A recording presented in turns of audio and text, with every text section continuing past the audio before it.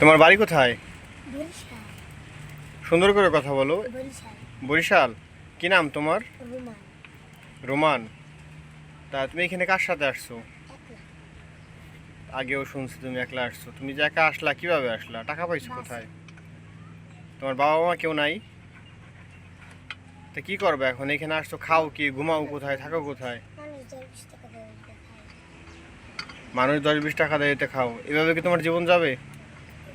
তুমি আমার দোকানে কাজ করবা? হুম? কাজ করতে পারবা? চুরি করো নি আবার? হুম?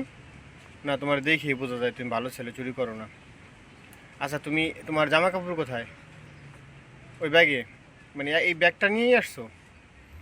তুমি হচ্ছে এই জামা কাপড় চেঞ্জ করবা, ঠিক আছে? চেঞ্জ করে তুমি সন্ধ্যার সময় এখানে আসবা, তোমার সাথে আমি কথা বলবো। হুম।